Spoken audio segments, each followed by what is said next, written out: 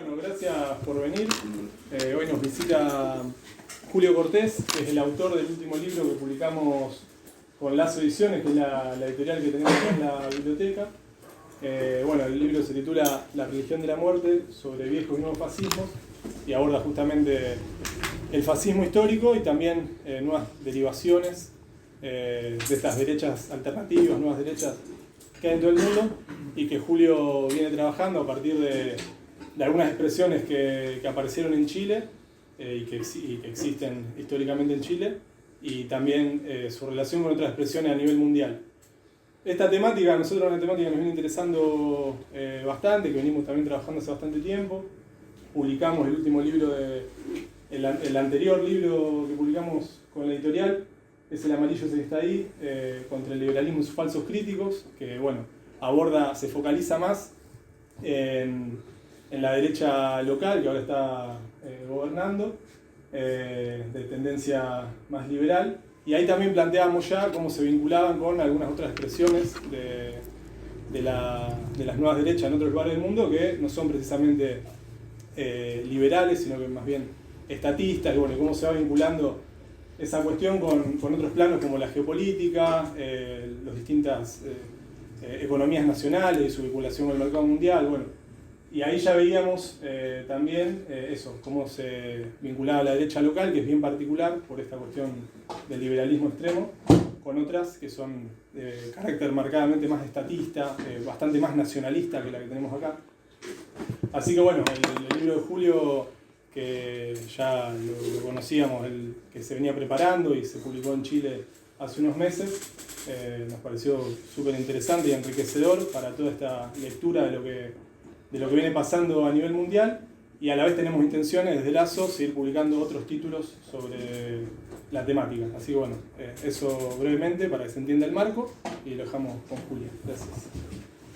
Bueno, gracias Renzo, y gracias a la biblioteca, a todos quienes vinieron, y sobre todo a la editorial por haber decidido publicar esto. Me parece que fue una apuesta interesante porque incluso en Chile hemos enfrentado un poco una cierta, ¿cómo decir?, no sé si incomprensión, pero mucha gente de izquierda, de la izquierda radical, o incluso este ámbito más difuso que llamamos ya el bloque negro, que sería como anarquistas y el comunismo radical o verdadero, digamos.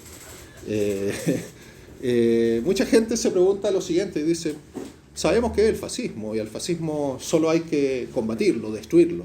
No se le discute, no se le estudia.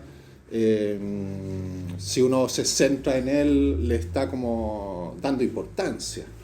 Y esa actitud de mucha gente ha llevado a que algunos digan: pero ¿por qué un libro tan largo para demostrar que el fascismo es malo y que habría que combatirlo? Es una conclusión que ya todos tenemos impreso, digamos, casi en el ADN. Mucha gente se define allá, más que como anticapitalista o antiautoritario, como antifascista. Y sobre todo ese sector como antifascista pienso que la tiene toda súper clara, y que el fascismo es raro, es como si se le aplicara una forma de cancelación parecida a la que opera en otros ámbitos. Entonces el fascismo es como que no se puede leer, casi como que es mejor hacer como que no existe. Y el problema es que estas nuevas derechas que vamos a ver, y es parte de lo que se aborda ahí, si constituyen o no una nueva forma de fascismo o son algo bien diferente. Lo cierto es que los últimos 5 años, algunos dicen incluso más, desde el 2008 y la crisis del 2008, esa nueva extrema derecha o ultraderecha no ha hecho sino crecer en todos los países.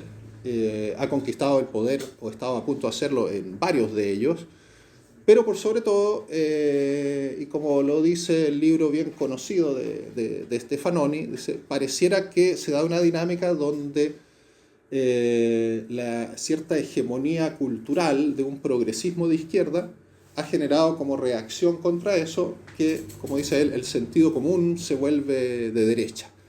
Y eso es algo que se ve en muchos países adquiriendo expresiones más o menos particulares, pero incluso en Chile me pasó el año ¿qué año estamos? 2000, claro, a fines del año pasado, justo antes del proceso electoral de acá, hablaba con algunos compañeros y me decían, no, Milei no va a ganar, es imposible.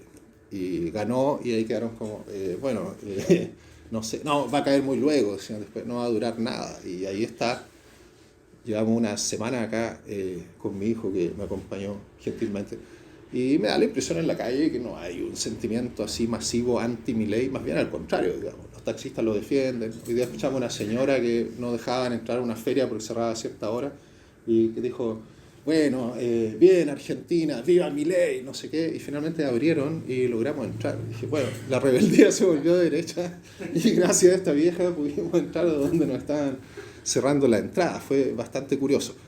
Pero a lo que voy más allá de lo anecdótico es que este fenómeno no para de crecer y mi impresión, al menos desde Chile, es que nuestra gente o la gente de la otra izquierda, ubicada un poco más a la derecha que nosotros, no lo quiere estudiar, no lo quiere comprender y piensa que basta con repudiarlo. Yo creo que obviamente no es suficiente con eso y tenía la idea de que era necesario un estudio más profundo y eso es lo que me aboqué. En Chile el libro tiene el título es levemente distinto porque dice Post-scriptum sobre viejos y nuevos fascismos. Y eso se le puso así porque en rigor allá el 2021 22, no me acuerdo bien, había hecho otro libro mucho más pequeño que se llamaba Patria o Caos, el archipiélago de la nueva derecha y el postfascismo en Chile, algo así. Y ese era un estudio más pequeño porque eran columnas que había escrito en algunos medios a medida que, después del estallido social en Chile, el estallido generó un momento como extático donde muchos pensábamos que casi como que iba a durar para siempre. Me acuerdo de un amigo que escribió una frase muy bonita que yo cité en otro libro sobre el estallido que decía: la destitución de las jerarquías ha comenzado, su potencia igualitaria parece no tener fin. Y creíamos eso. Y bueno, los más ultrones nos dimos cuenta cuando fue el acuerdo constituyente y todo eso, de que la revuelta, bueno, se había acabado porque se desviaba hacia una reforma institucional. Y claro, nosotros no participamos de eso, pero el grueso de la gente que estuvo en la revuelta después participó del proceso constituyente, después le hizo campaña a Boric, porque fue parecido al escenario acá de que estaba Boric, que no era muy querido por la izquierda, pero frente a él estaba Kast, que había ganado la primera vuelta, y Kast, el representante de la derecha más pinochetista de Chile. Entonces se hizo la asociación Kast igual fascismo, y entonces los antifascistas tienen que votar por Boric, aunque haya que hacerlo con la nariz tapada, como decían algunos antifascistas acá, llamando a votar por Massa. Y eso podemos comentarlo después porque es como la inversión simétrica. En Chile el antifascismo electoral ganó y la izquierda creo que nunca ha estado peor que ahora en Chile, que yo recuerde a lo largo de mi vida. Quedó en muy mal pie, aplica el programa del candidato derrotado, es la impresión que da. No sé si supieron ahora, pero el gran símbolo de la revuelta, un perro, el negro matapaco, ahora Boric dijo, no, yo nunca lo ocupé. Además es mentira, que encontrar una foto donde tiene el sticker en el notebook. Pero así están las cosas, digamos. La izquierda logró ganarle al fascismo y las posiciones del fascismo, si es que es o no fascismo, podemos comentarlo en un rato, pero el fascismo supuestamente derrotado en las urnas, la verdad es que no parece derrotado, sino que lo que parece derrotado es la opción que ganó en las urnas, un fenómeno curioso. Aquí es distinto porque no hubo esa revuelta, no se ha producido, digamos, algo así, por lo menos en las últimas décadas, y ganó el fascismo, o si es que entendemos que Milei es el fascismo.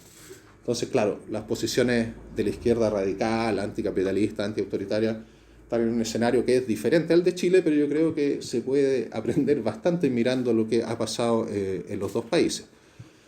Pero bueno, en Chile el libro era como una profundización del libro anterior, que de hecho había surgido, yo empecé a escribirlo como para cuando se iba a hacer la segunda edición de ese libro, quería agregarle un capítulo un poco más histórico, pero después me aboqué derechamente. En un momento el editor me dijo, mira, lo que me enviaste, que hiciste, ya es más largo que el libro original. Entonces, con gran generosidad, por eso digo, agradezco a las editoriales que se atreven a publicar lo que uno está reflexionando, escribiendo. Esa editorial Tempestades me dijo, tranquilo, escribe otro libro y también lo publicamos. Y ahí salió con ese título.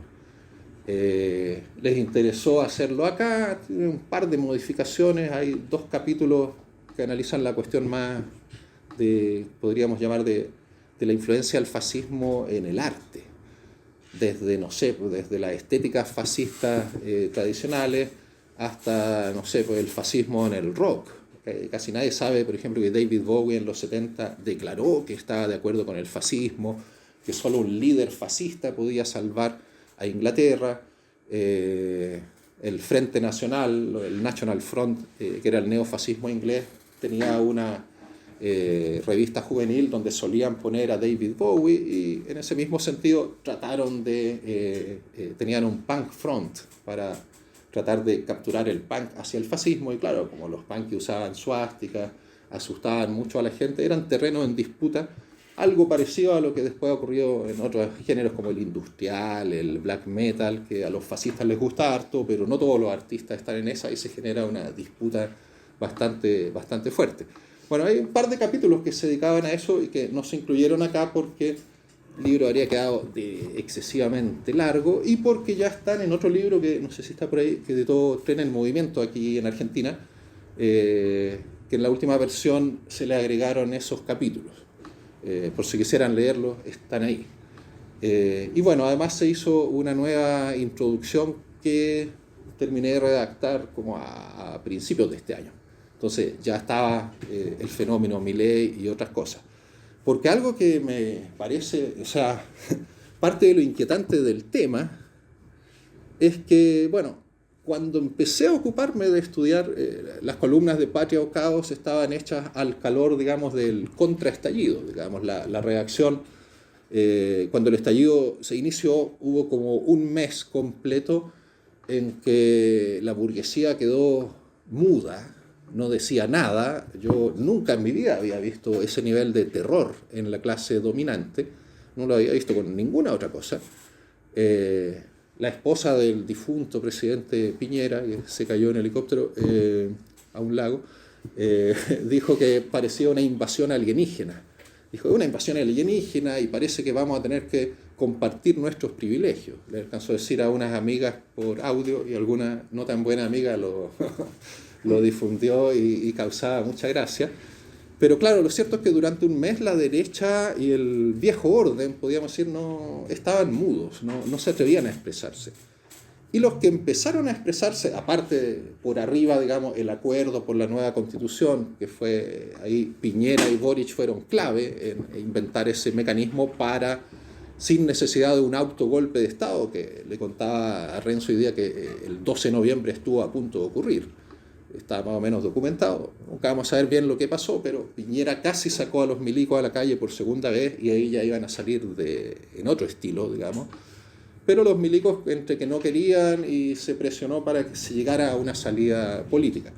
Entonces, claro, desde arriba el orden se empezó a salvar, y desde abajo empezaron a aparecer muy molestos grupos que se autodenominaron como la vanguardia, que eran grupos entre libertarios de derecha, pinochetistas clásicos, fascistas de tercera posición, neonazi, una amalgama bien horrible, pero que tenía la capacidad de salir a la calle, por lo menos con gran escándalo, digamos, imitaban la primera línea con términos de cascos, escudos, que no los necesitaban porque nadie les disparaba perdigones, pero salían a la calle así, gritando cosas como mientras Chile exista, jamás será marxista, y viejas consignas, digamos, del fascismo nacional criollo de los 70. Y en ese libro trataba de analizar esos grupos, y mucha gente que estaba como embriagada de apruebismo, digamos, todos los que habían apoyado la revuelta y después el proceso constituyente, les fue bastante bien durante algunos meses. Lograron después elegir a Boric, aunque pasaron susto, y lo que no esperaban es que iban a perder el proceso constituyente. Pero antes que eso ocurriera, cuando estaban como de alza, el estado de ánimo, incluso muchos amigos, amigas me decían, pero ¿por qué estáis estudiando esos grupos de mierda? Decía, es como echar luz sobre ellos, es casi como promocionarlos. Y decía, y son tan pocos, les ganamos el plebiscito de entrada, porque el rechazo a una nueva constitución en el primer plebiscito, que fue 2020, creo, sí. Sí, claro, octubre, noviembre del 2020, el rechazo sacó 19%. Entonces, mucha gente me decía, son una abyecta minoría y ahí quedaron, la derecha chilena murió. Y yo les decía, no creo que sea así, porque en todos estos procesos son dinámicos, nunca hay todo lo que pasa en algún momento es una fotografía del proceso, y donde hay acción hay reacción, y donde hay procesos revolucionarios hay contrarrevoluciones también. No necesariamente esperan que una revolución triunfe, como tenemos el imaginario de la revolución más monumentalizada, que es algo que ocurre en un día a cierta hora en el Palacio de Invierno, o en la Casa Rosada, o La Moneda. No, son procesos, y la revolución y la contrarrevolución, cuando la lucha de clases se incrementa, están siempre confrontándose. Pero no lo veían venir, y en ese sentido me daba mucha... me causaba como sensación de déjà vu cuando veía a la izquierda argentina diciendo a esta nueva derecha, está este libro que salió, dice, la nueva derecha que no vimos venir. Y en Chile también fue como, esto no lo vimos venir. No se entendía que Kast le pudiera ir tan bien, que la propuesta de constitución progresista se perdiera con un 62% de rechazo. Y lo que es peor, si uno mira los quintiles, que no sé cómo lo hacen acá, pero en Chile hace mucho tiempo la sociología, los publicistas, la economía divide a la población en 5 quintiles por nivel de riqueza. Y era curioso porque mientras más subías en el nivel de riqueza, mejor le iba al apruebo de la constitución de izquierda progresista, y mientras más bajabas, mejor le iba al rechazo. El zurdo promedio de allá, progresista, no lo podía creer porque siempre entendió que ese era el fenómeno del desplazamiento, de lo que llamaban los fachos pobres, muy mal mirados y gente como sin conciencia de clase, en fin. No se esperaban que en realidad el facho pobre era mucho más numeroso que lo que a modo de réplica ellos denominaron como el cuico progre, que sería como el cheto progresista. Y eso fue un golpe contra la realidad. Entonces, recién ahí mucha gente se empezó a dar cuenta de decía, bueno, sí, hay un avance global de la nueva extrema derecha. Algunos me decían, tenías razón en empezar a estudiar ese fenómeno porque, bueno, se nos vino encima. Y eso es lo que está como detrás de este libro. Por eso digo, la presentación en esta edición es de este año y ahí se actualizan un poco algunas cosas.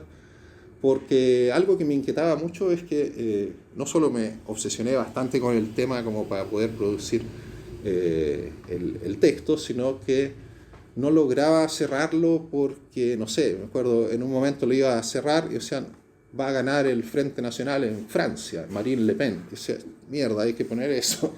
Y decía, ya, ahora está listo. O sea, ganó Meloni en Italia, que viene del movimiento social italiano, el partido heredero de Mussolini. Y decía, chuta, la realidad se está fascistizando a una velocidad que ya no alcanzo a cubrir, y en un punto mi editor dijo, sí, pero ponle un punto final y si quieres después escribe un tercer libro. Bueno.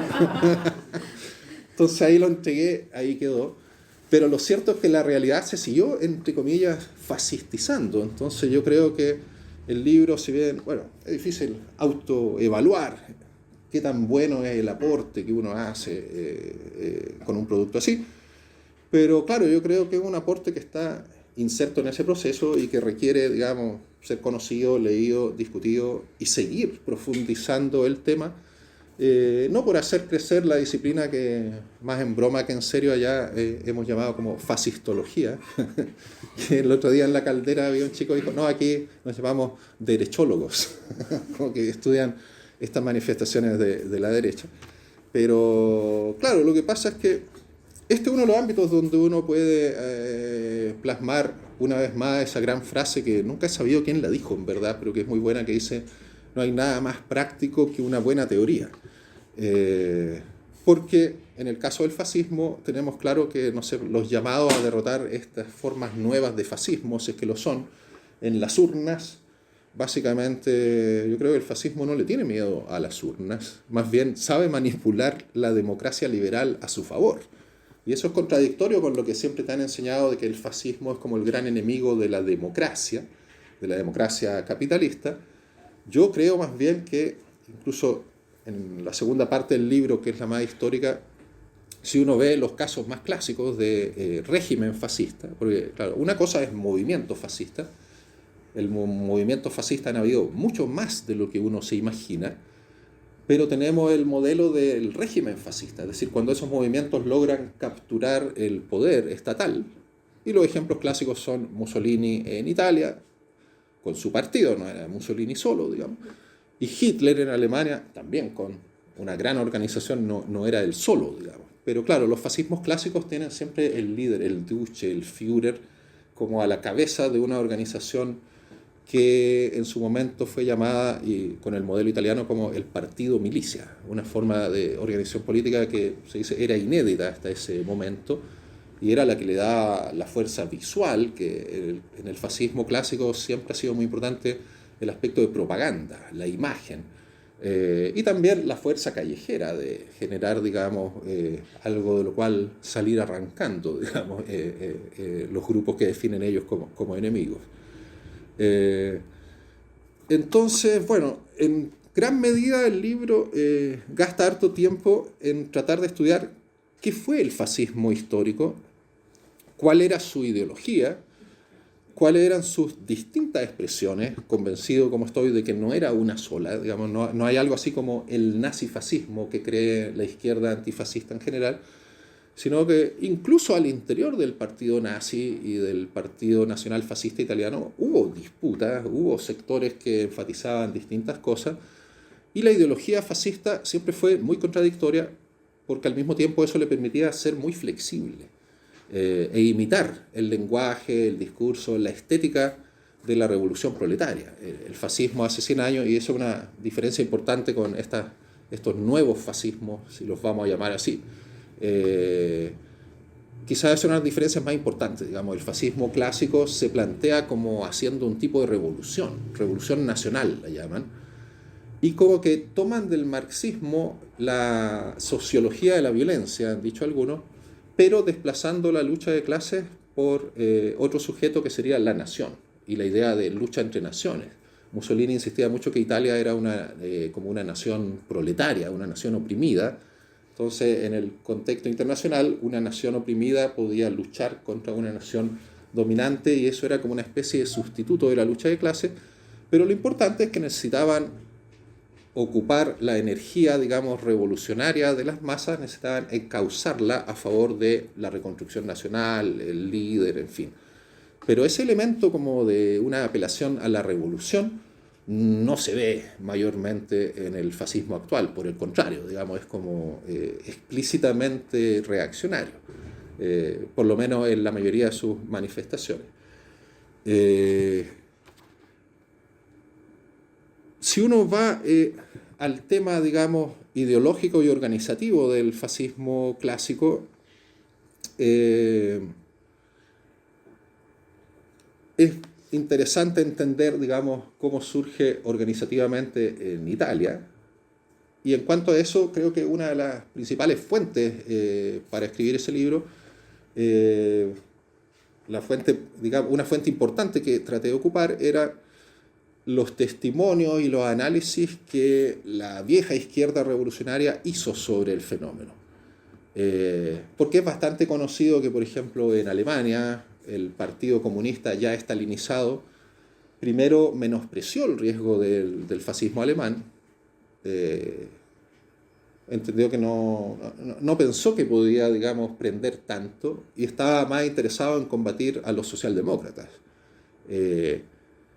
Y de hecho, cuando Hitler asciende al poder en 1933, por vías, podríamos decir, institucionales, él no hace un golpe de Estado en ese momento, ni menos una revolución. El orden lo llama a cumplir una tarea para la cual las fuerzas burguesas tradicionales ya no servían. Y en ese momento el PC alemán, insisto, ya estalinizado, dice, ahora Hitler, mañana nosotros, digamos. Entienden que Bordiga dice eso, Korsch dice, los marxistas clásicos siempre entendieron que la contrarrevolución era un obstáculo momentáneo a una revolución que era inevitable. Él dice, la época más bien nos enseña, en los 40, dice que la contrarrevolución puede ser toda una época, y algo que no lo dice él, pero lo digo yo como invirtiendo un poco a Trotsky, de que es perfectamente posible pensar en una especie de contrarrevolución permanente, o incluso preventiva. Y Korsch dice eso, dice, el marxismo no ha logrado generar una adecuada teoría de la contrarrevolución. Y por eso es que, por ejemplo, se cometieron todo ese tipo de graves errores que primero potenciaron el fascismo y después, cuando el fascismo ya estaba instalado, ya van a combatirlo de una manera totalmente ineficaz, que es también una alianza electoral con las fuerzas de la burguesía democrática, que fueron los frentes populares, y que de hecho no sirvieron para contener el fascismo, sirvieron más bien para desarmar al proletariado en su lucha anticapitalista. Entonces, claro, la opinión de Malatesta está citada ahí, es un testigo, digamos, del surgimiento del fascismo y lo analiza bastante bien. También Amadeo Bordiga, el comunista italiano, digamos, pero de una corriente revolucionaria muy distinta, digamos, al estalinismo y la socialdemocracia tradicional. Él precisamente estaba en un congreso de la Internacional Comunista en Moscú a fines del año 22 y hace un informe sobre el fascismo que después complementa, porque mientras está allá ocurre la marcha sobre Roma, que es la demostración de fuerza bastante teatral, luego de la cual después Mussolini es llamado al gobierno. Y él ahí lo analiza y hace unas descripciones bastante interesantes de, por ejemplo, su forma de operación. Aquí hay una parte que me gustaría citar porque dice, claro, presenta este informe al cuarto Congreso de la Internacional Comunista. Y primero, algo que, y esto es como la discusión de fondo que podemos dar después, hoy en día como que fascismo es sinónimo de derecha y de extrema derecha.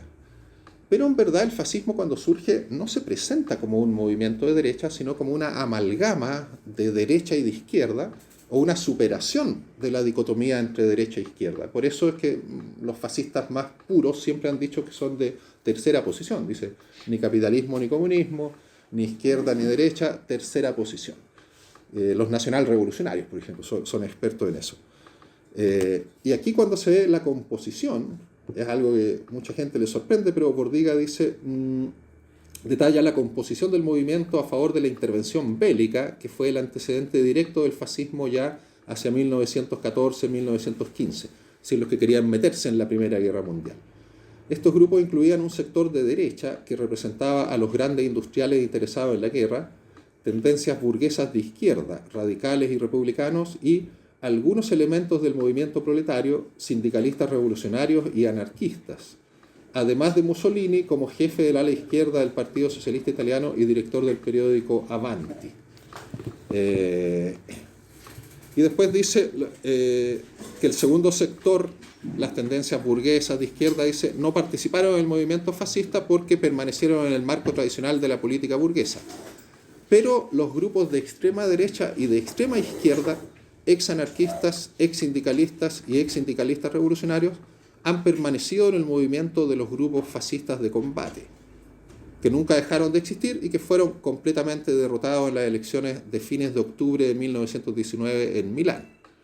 En ese punto el mussolinismo queda casi totalmente derrotado, pero se produce el movimiento de la República Independiente de Fiume. No sé si han oído hablar de eso, pero es un caso muy curioso porque el poeta Gabriel D'Annunzio se toma una zona, digamos, de Italia que entiendo queda ya más cerca de Yugoslavia y que es visto como una experiencia protofascista y era bien cercano, digamos, al fascismo, pero esa experiencia yo también he visto que la reivindican anarquistas e incluso hay un libro de este colectivo anarquista gringo, Crime Sync, donde reivindican a Gabriel D'Annunzio y la República de Fiume. Entonces uno dice, bueno, parece que esa confusión entre extrema derecha, extrema izquierda, o el despojarse desde la izquierda del esquema de la lucha de clases para reemplazarlo por la cuestión nacional, está como en la base de la ideología fascista. Y eso es algo que no entiende el izquierdista promedio, que ha entendido siempre que el fascismo es de derecha y punto. Bueno, fracasa Mussolini en las elecciones, obtienen, dice, menos de 5.000 votos.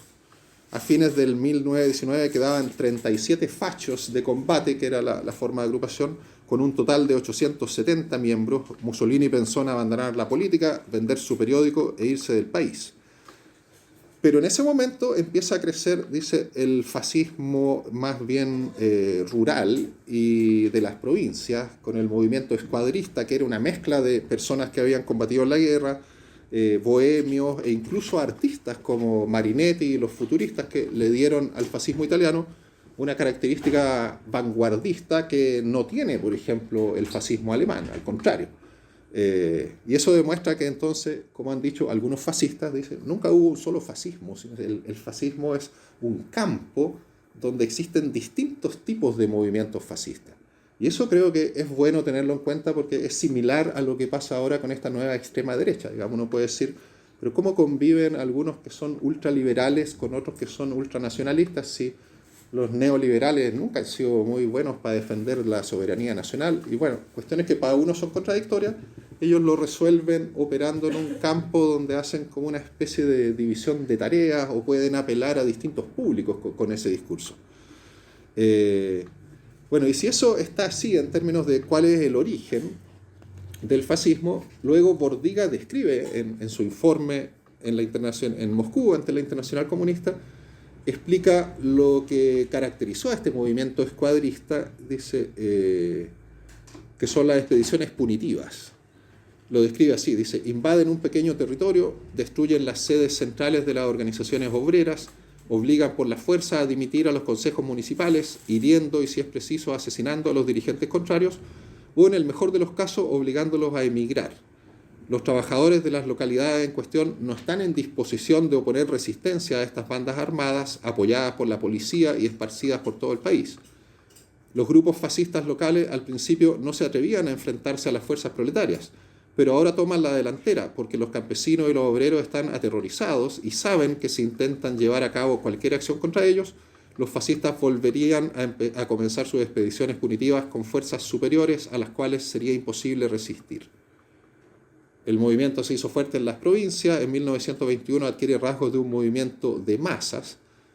Y algo que hay que señalar es que Mussolini no estuvo a la cabeza de ese proceso, sino Michel Bianchi, primer secretario del Partido Nacional Fascista, el verdadero impulsor de la marcha sobre Roma. Y como dice uno de los mayores estudiosos del fascismo, Emilio Gentile, dice, Mussolini no fue un duce que precede, sino más bien un duce que sigue y se adecúa a la voluntad de los jefes fascistas del escuadrismo, entre ellos Farinacci, Grandi, Ricci, Giunta, y muchos de estos jefes del movimiento provenían del sindicalismo revolucionario y del anarquismo individualista. Y Malatesta dice en una parte que como los fascistas triunfan muy rápido, el partido se crea el 19 y el 22 ya conquista el poder, Malatesta en una parte dice que hay muchos anarquistas que dicen tenemos que aprender de los fascistas. Dice, los fascistas nos han dado una clase de cómo se hace una revolución. Y Malatesta dice, en ningún caso hay que entenderlo así, bueno, los rebate, pero claro, el efecto que eso tuvo fue bastante impresionante en términos de que, sí, podemos decir que el campo del fascismo surge un poco antes, y no en Italia, más bien en Francia. El movimiento fascista exitoso en la versión italiana es tan exitoso que incluso es el que le da el nombre al movimiento. Faccios de combattimenti. Se ha dicho también que el fascismo, si es algo, por sobre todo, es muy parasitario. Es poco creativo en sí mismo, pero es bueno en generar estas amalgamas. La idea misma de fascio como grupo de acción, grupo de combate, no estaba asociada a esta ideología, sino que más bien dice Gentile que a 1880, 90, los proletarios se organizaban en ese tipo de facciones y se llamaban fascios, pero se ocupa este nombre después para los fachos los grupos fascistas de combate, y ahí queda asociado como si la ideología fuera el fascismo, lo cual es adecuado en un sentido porque te demuestra cuál es el origen y el primer movimiento exitoso, pero en otro sentido no tanto, creo yo, porque muchos movimientos que podríamos meter dentro de este campo que llamamos los fascismos, en la medida que son ultranacionalistas, dicen, nosotros no tenemos nada que ver con el fascismo italiano, digamos. Podemos inspirarnos en algunas cosas, pero no los seguimos a ellos, digamos, seguimos nuestro propio nacionalismo. En España, por ejemplo, los fascistas españoles debatían eso, tenían dos grupos distintos, la Falange de Primo de Rivera y las juntas de ofensiva nacional sindicalista de Ramiro Ledesma. No se llevaban muy bien entre los dos, trataron de unificarse y no pudieron, pero tanto Ledesma como Primo de Rivera murieron al inicio de la Guerra Civil. Y luego de eso Franco unifica, corrijo, no se murieron, fueron ejecutados por las milicias, digamos, del otro lado. Y Franco unifica a esos dos movimientos y a otros en algo que tiene como componentes del fascismo español, pero también se diferencia un poco. Por ejemplo, ese fascismo, el de Franco, no tiene ningún elemento pseudo-revolucionario ni anticapitalista en su discurso, como sí lo tiene el de, por ejemplo, hasta el día de hoy, la Falange auténtica. Uno la ve y siguen con eso de tercera posición, un discurso formalmente anticapitalista. Pero bueno, Ramiro Ledesma tiene un texto que se llama Fascismo en España, con signo de interrogación, y él dice que no es exactamente posible importar el fascismo porque los nacionalismos radicales de cada país tienen sus propias particularidades, y dice, por ejemplo, a diferencia de los anarquistas o comunistas que pueden crear una internacional porque son internacionalistas, dice, los nacionalismos radicales no pegan muy bien en una internacional porque pueden oponerse entre sí. Incluso pueden haber, algunos han hablado de guerras o conflictos interfascistas. Pero lo cierto es que el nombre queda y se empieza a denominar así a los distintos grupos que surgen en este campo, que ideológicamente, y eso creo que está estudiado pero no se conoce tanto, ideológicamente en el campo de los fascismos lo que ocurre, y ocurre antes de la marcha sobre Roma y todo eso, antes incluso de los intentos de revoluciones proletarias que uno triunfa y los demás fracasan, del 17 en adelante, ya por ahí, por 1910, se produce una confluencia un poco curiosa entre una variedad de socialismo que venía del marxismo, que era el de Sorel, Jorge Sorel, en Francia, con el nacionalismo radical de los que seguían a Maurras, un líder, digamos, nacionalista francés. Y en esa confluencia no deja de ser curioso que cuando se organizan y tienen, digamos, una organización y un periódico, se llaman el Círculo Proudhon, es decir, reivindican una de las corrientes del socialismo, pero comienzan a oponerse al marxismo y dicen que el marxismo quedó obsoleto, sobre todo en el plano económico. Dicen, Marx acertó en varias cosas, pero no en la economía. Y ahí hay un punto que creo que está poco estudiado, porque claro, la idea que tenemos es que discursivamente los fascistas, Mussolini, incluso Hitler, tenían un discurso como anticapitalista. Un anticapitalismo que algunos han denominado como el socialismo de los imbéciles, porque no apunta a la relación social de compra y venta de fuerza de trabajo, que es la base del capitalismo, sino que ataca el capital financiero que termina identificando finalmente con los judíos. Entonces es como un anticapitalismo selectivo que no va a la raíz del problema y que permite una demagogia anticapitalista que sirve, digamos, para perseguir, en ese caso, para justificar el antisemitismo en la versión de hace 100 años. Pero claro, esa primera fusión entonces de un socialismo que ya no es marxista ni de la lucha de clases, con un nacionalismo radical que por sobre todo está espantado con la Ilustración misma y que entonces hace una crítica del liberalismo, de la democracia. Eso es lo que confluye en lo que hay un estudioso que era un israelí pero antisionista, ya fallecido, el profesor Zev Stergel, tiene un libro muy bueno, se llama El nacimiento de la ideología fascista.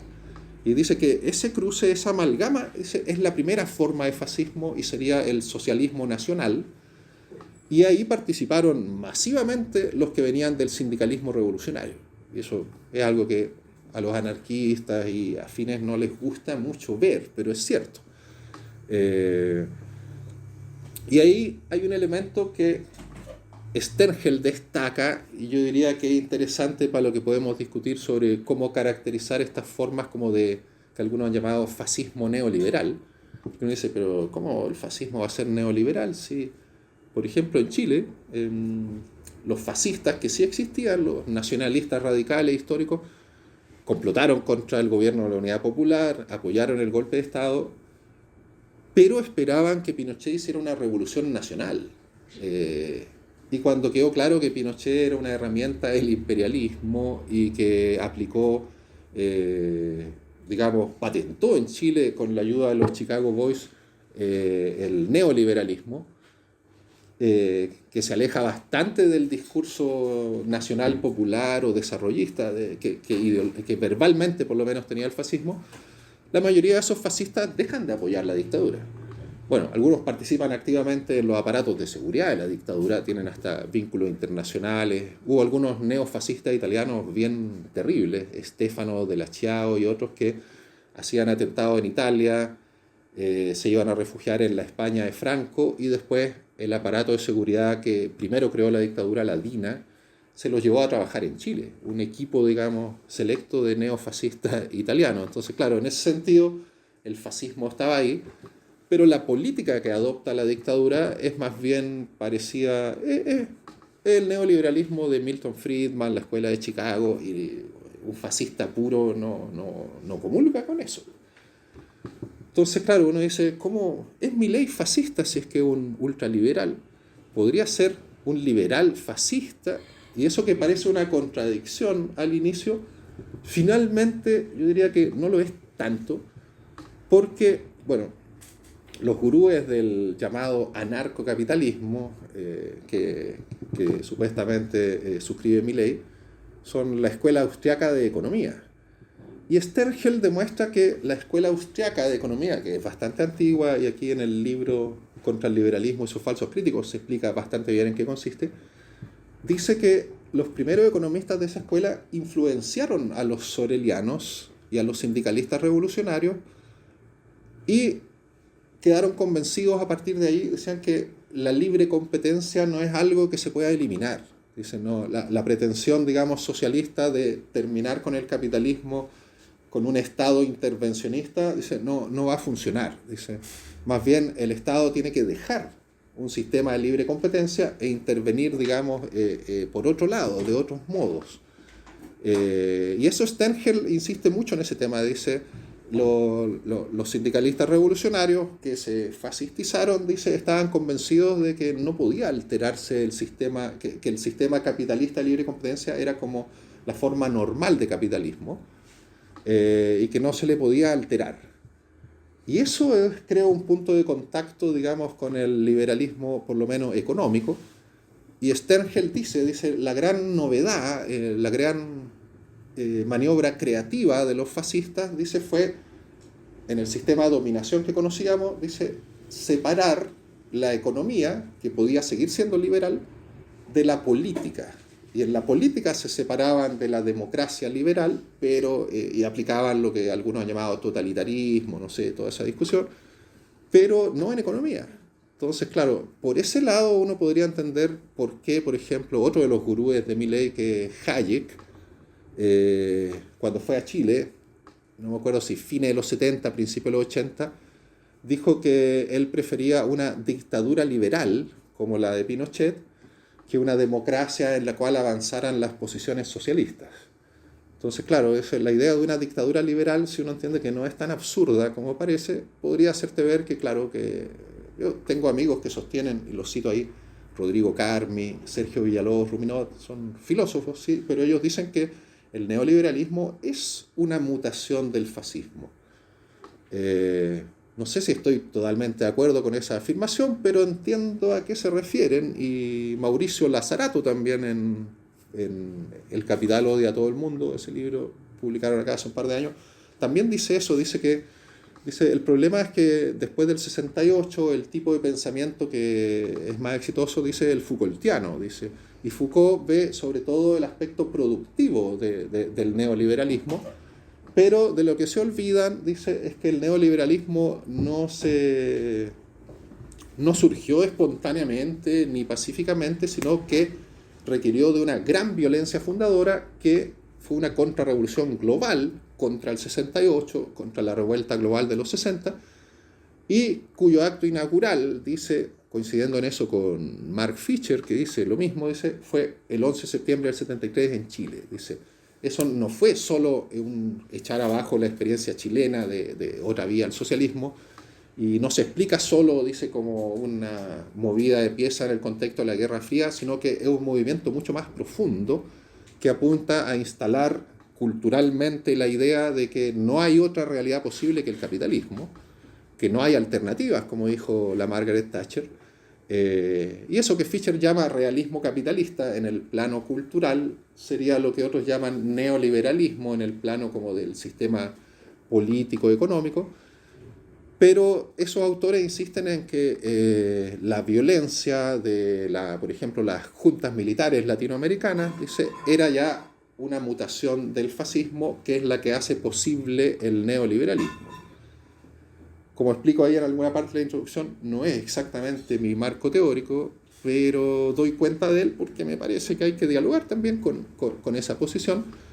Pero sí, la ventaja que tiene es entender, digamos, el aspecto totalitario de la democracia, incluso liberal, y del sistema neoliberal, y cómo no está reñida con el fascismo. Y ese es el truco, digamos, del antifascismo democrático que nos lleva siempre de una derrota a otra, que es pretender que la dicotomía está entre la democracia liberal y estas nuevas formas de fascismo, y que la manera de evitarlo es votar por Boric, votar por Massa, votar por Macron contra Le Pen, votar por Biden contra Trump, digamos, y nos meten de lleno en una derrota tras otra, porque, como dice el compañero comunista radical Dauvé, o sea, el problema del antifascismo, si entendemos por lo menos ese antifascismo, es que dice, a pretexto de luchar contra los aspectos más malignos del sistema capitalista, termina fortaleciendo el sistema capitalista y no derrotando a lo que pretendía derrotar. Dice, finalmente es como contraproducente su forma de intervención. Bueno, eso es gran parte del eje del libro, y quizás para no exponer yo solo, porque podamos conversar un poco más, me gustaría igual destacar que, bueno, explico al inicio de la presentación de que para caracterizar estos fenómenos actuales, que todos los que lo han estudiado coinciden en que, bueno, dicen que hubo varias oleadas de extrema derecha después de 1945, que es cuando formalmente el fascismo histórico se acabó, fue derrotado militarmente, y dicen las formas neofascistas de extrema derecha que surgen después, primero tienen una característica, y es que si el fascismo antes de 1945 podía tratar de camaleónicamente adoptar, digamos, una jerga revolucionaria, anticapitalista, eso en el contexto de la Guerra Fría ya no lo hace, porque se alinea claramente con el bando, digamos, antisocialista. Entonces ahí el fascismo pasa a identificarse con la derecha, no antes. Antes es una cuestión rara que nadie sabe muy bien cómo clasificar. Y bueno, hay algunos pequeños partidos que reivindican esa herencia, el movimiento social italiano, ciertas formaciones neofascistas en Alemania, que electoralmente no les va muy bien, pero causan gran inquietud. Después, en los 80, el Frente Nacional Francés, que también es una fusión de grupos fascistas puros con otras formas de derechismo y de reaccionarismo no necesariamente fascista, eso hay que ser claro, digamos, no toda la reacción, no toda la contrarrevolución es fascista, digamos. El fascismo es una forma de reacción y de contrarrevolución, pero no las agota todas, pese a su flexibilidad. En los 80 al Frente Nacional Francés le empieza a ir un poco mejor en las elecciones, Pero ahora ya llegamos a una situación es que es casi la principal fuerza electoral de Francia y se impone sobre todo en lugares que antes eran bastiones del Partido Comunista francés. Es decir, es un voto obrero. Es un voto obrero y eso es un dato fuerte.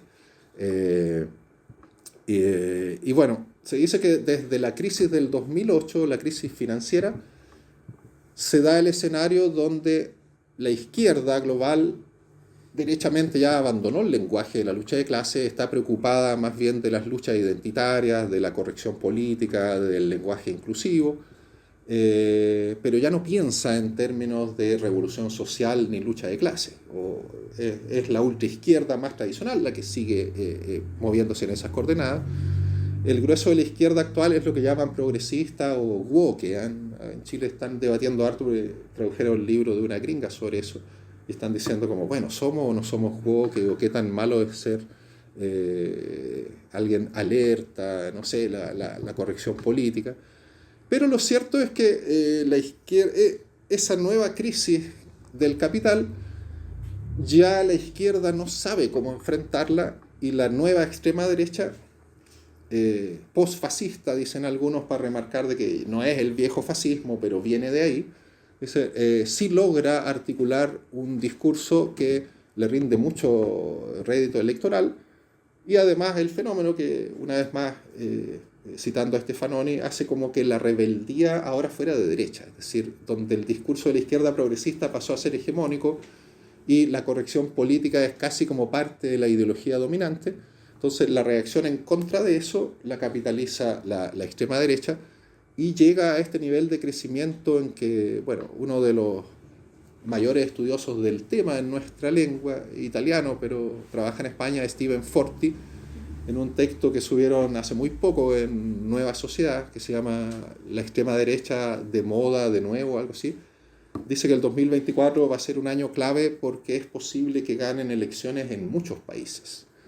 Y entonces dice, podemos llegar a un escenario que en efecto no vimos venir.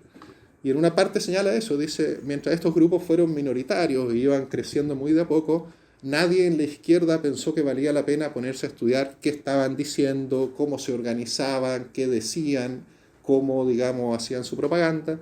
Dicen, y ahora que pareciera que a mucha gente sí le hace sentido esa propaganda, parece ser como demasiado tarde para reaccionar en contra de eso, digamos, la idea de no lo vimos venir. Pero dentro de este debate, y es algo a lo que se aboca bastante el libro, está la cuestión de la denominación. Porque claro, hay dos grandes polos, digamos. Hay quienes dicen, como Emilio Gentile, dicen, el fascismo histórico fue algo que existió entre la Primera y la Segunda Guerra y dejó de existir. Ya no están las condiciones para que se produzca eso de nuevo, dicen. Entonces, muchos señalan que llamar fascismos a estas nuevas formas a esta nueva extrema derecha genera más confusión que aportes para entender bien qué es y cómo combatirla. Dicen, no podemos ocupar una etiqueta, sería como, no sé, pues llamar bolcheviques a, no sé, a la alianza que ahora gobierna en Chile, claramente, ¿no? Aunque está el Partido Comunista, sería medio abusivo pensar que hay algo de bolchevismo ahí. Pero claro, en el mismo sentido, algunos dicen el concepto fascista hay que entenderlo de manera muy restrictiva. Los más restrictivos de todos dicen que es solo el fascismo italiano. Y que serían fascistas hoy en día, en ese sentido, los neofascistas, los neonazis, no sé, el batallón Azov en Ucrania, la gente que abiertamente se identifica con esa tradición.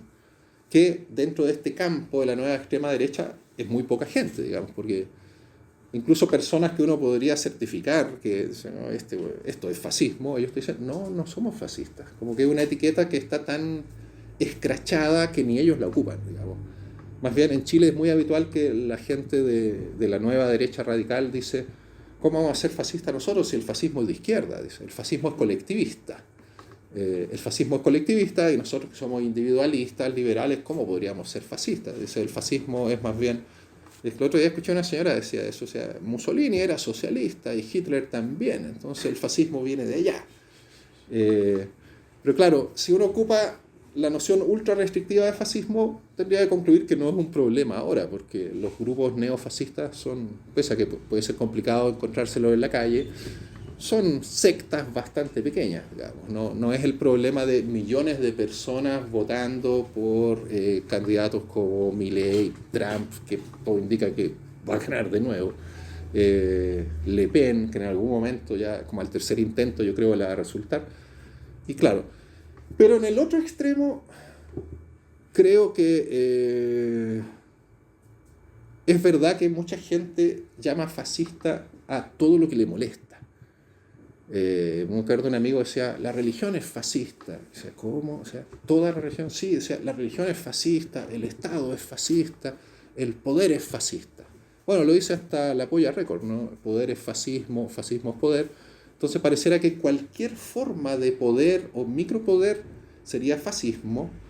Y no sé, pues nuestros comportamientos inadecuados, autoritarios, machistas o especistas o lo que sea que te moleste desde la corrección política serían formas de microfascismo, como le dicen. Y bueno, ahí Gentile y otros que son más partidarios de la noción restrictiva dicen, el problema es que si todo es fascismo, en realidad nada es fascismo, es decir, un uso tan extensivo del concepto termina desfascistizando el concepto de fascismo y no sirviendo para nada, digamos, el fascismo como insulto, digamos. Yo he tratado de fascista hasta, no sé, pues un equipo de música que no quería funcionar, digamos, cuestiones así, maldito fascista, claro, es como...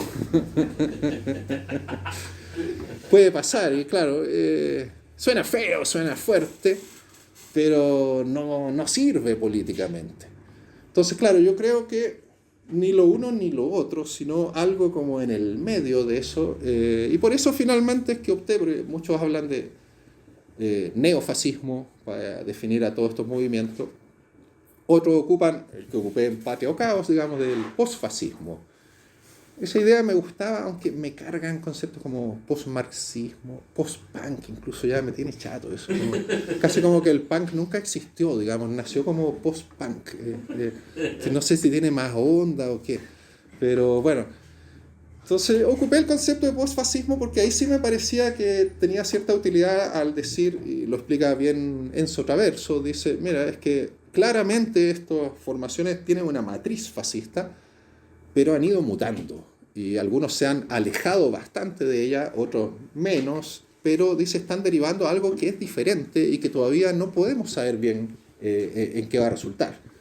Entonces, claro, ocupaba esa etiqueta, pero yo terminé hablando más bien de viejos y nuevos fascismos. Como creo ahí me simplifica porque primero entiendo que es en plural, no es uno solo.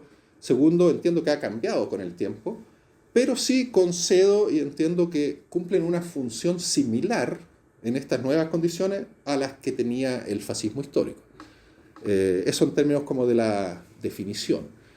Y otro problema ahí a resolver es que, bueno, ahí estamos pensando cómo ocupamos la etiqueta fascismo y para qué nos sirve 100 años después del fascismo originario. Pero me he encontrado con autores que dicen que en realidad... Dice, Lazzarato lo dice así, dice, si bien Marx no podía ocupar el concepto fascismo porque no existía, no se había producido históricamente, dice, la verdad es que hay un componente de guerra y contrarrevolución que está desde los inicios del capitalismo. Y él entiende que eso ya sería el fascismo. Villalobos Ruminot, el chileno que les decía, dice algo similar, dice, la verdad es que el fascismo... lo que llamamos fascismo, dice, existía de antes de Mussolini y el Partido Nacional Fascista Italiano. Yo, me parece interesante, no lo tengo resuelto, creo que hay que hincarle más el diente o rumiar más, digamos, esa idea, pero estoy absolutamente en contra de la tesis de Umberto Eco de que plantea que el fascismo es eterno. La idea del fascismo como una cuestión suprahistórica me parece que primero es inadecuada, digamos, porque, bueno, yo no sé si Caín fue un fascista cuando mató a Abel, o si, no sé, pues las cruzadas fueron fascistas, o, no sé, el exterminio de indios en Tierra del Fuego por grupos de privados. Claro, eso se podría parecer un poco más, pero, insisto, no lo tengo muy claro, pienso que hay que discutirlo. Pero para mí, algo que veo como esencial en lo que denomino como fascismo histórico es que surge después de la derrota de las revoluciones proletarias. Lo que varios compañeros llaman el primer asalto proletario contra la sociedad de clases, en el siglo XX por lo menos, 1917 a 1922, cuando triunfa en Rusia pero queda aislada, fracasa en Alemania, matan a Rosa Luxemburgo, o las otras dos repúblicas soviéticas que habían alcanzado a existir, en Hungría y Bavaria, también son aplastadas en sangre. Y ese aplastamiento de esas revoluciones ya tiene los elementos organizativos, digamos, del partido milicia que luego los fascismos configuran, y ya estaba ahí esta ideología socialista nacional, que es la que, o sea, hay que entender, ellos por socialismo no entienden lo mismo que nosotros, entienden como, lo aclara muy bien uno de estos alemanes, Spengler, el mismo que escribió La decadencia de Occidente, tiene un texto sobre socialismo prusiano, y dice que para ellos el socialismo es como el hombre al servicio del Estado. Eso lo entienden como socialismo. Y claro, es distinto al individualismo liberal que suscribe Milei y los suyos. Pero claro, yo creo que recién en ese momento están las condiciones para el surgimiento del fascismo, y por eso es que, por lo menos en ese primer fascismo, es clave para distinguirlo esta idea de que no es ni izquierda ni derecha, pero que pretende ser revolucionario. Sin ese elemento yo creo que no hay fascismo todavía. Otra cosa es las maneras en que muta y se expresa después.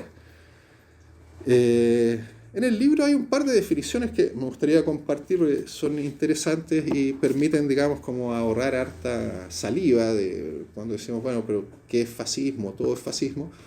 Una de las definiciones más conocidas es la de Roger Griffin, que dice que el fascismo es un ultranacionalismo populista palingenésico.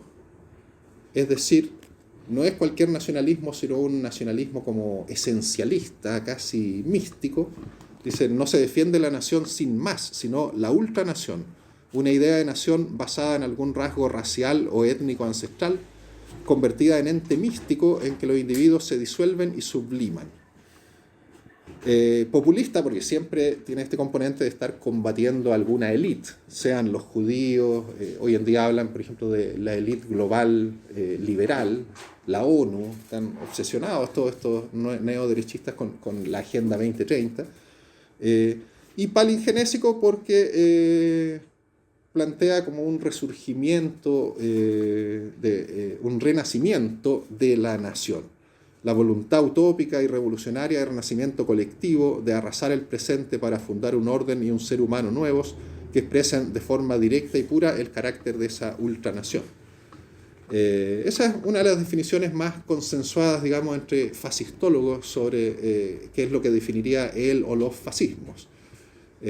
Aquí otro agrega, el mismo Griffin dice, la mejor manera, dice que varios expertos coincidieron ya hace un tiempo en que dice la mejor manera de abordar el fascismo era entenderlo como una variante revolucionaria de nacionalismo antiliberal y antimarxista extremo, ultranacionalismo, que incorporaba diversos grados de racismo cultural, histórico o biológico. Un nacionalismo antiliberal cuya misión principal era superar lo que se entendía como la decadencia del presente, por medio del establecimiento de un nuevo orden asentado en un tipo de sistema sociopolítico y cultural antropológico moderno, pero con base histórica, una forma de modernismo enraizado.